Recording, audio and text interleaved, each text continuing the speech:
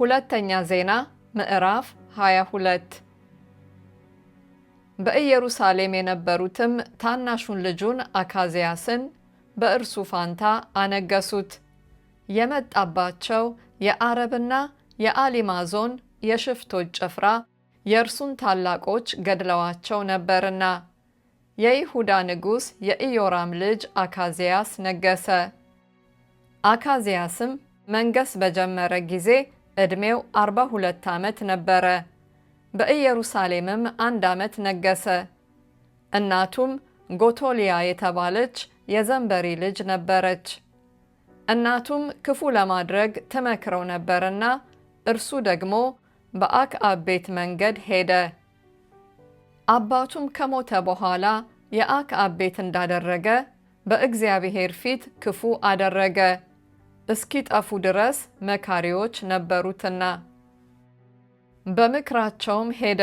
ከእስራኤልም ንጉሥ ከአክዓብ ልጅ ከኢዮራም ጋር የሶርያን ንጉሥ አዛሄልን በሬማት ዘገለአድ ሊዋጋ ሄደ።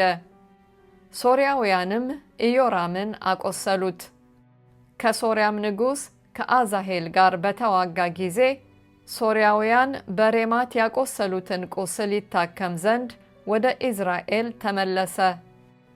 ታሞም ነበርና የይሁዳ ንጉሥ የኢዮራም ልጅ አካዝያስ የአክዓብን ልጅ ኢዮራምን ያይ ዘንድ ወደ ኢዝራኤል ወረደ። አካዝያስም ወደ ኢዮራም በመምጣቱ ይጠፋ ዘንድ የእግዚአብሔር ፈቃድ ነበረ። በመጣም ጊዜ ከኢዮራም ጋር እግዚአብሔር የአክዓብን ቤት ያጠፋ ዘንድ ወደ ቀባው ወደ ናሜሲ ልጅ ወደ ኢዩ ወጣ። ኢዩም በአክዓብ ቤት ላይ ፍርድን ሲፈጽም የይሁዳን መሳፍንትና አካዝያስን ያገለግሉ የነበሩትን የአካዝያስን ወንድሞች ልጆች አግኝቶ ገደላቸው።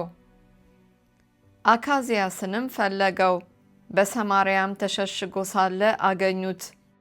ወደ ኢዩም አምጥተው ገደሉትና በፍጹም ልብ እግዚአብሔርን የፈለገው የኢዮሳፍጥ ልጅ ነው ብለው ቀበሩት። ከአካዝያስም ቤት ማንም መንግሥትን ይይዝ ዘንድ የሚችል አልነበረም። የአካዝያስም እናት ጎቶልያ ልጇ እንደሞተ ባየች ጊዜ ተነስታ የይሁዳን ቤተ መንግሥት ዘር ሁሉ አጠፋች። የንጉሡ ልጅ ዮሳቤት ግን ከተገደሉት ከንጉሡ ልጆች መካከል የአካዝያስን ልጅ ኢዮአስን ሰርቃ ወሰደች። እርሱንና ሞግዚቱን በእልፍኝ ውስጥ አኖረቻቸው። ጎቶልያ እንዳታስገድለው የንጉሡ የኢዮራም ልጅ የአካዝያስ እህት የካህኑ የዮዳሄ ሚስት ዮሳቤት እንዲሁ ሸሸገችው። በእነርሱም ዘንድ ተሸሽጎ በእግዚአብሔር ቤት 6 ዓመት ያህል ተቀመጠ። ጎቶልያም በምድር ላይ ነገሰች።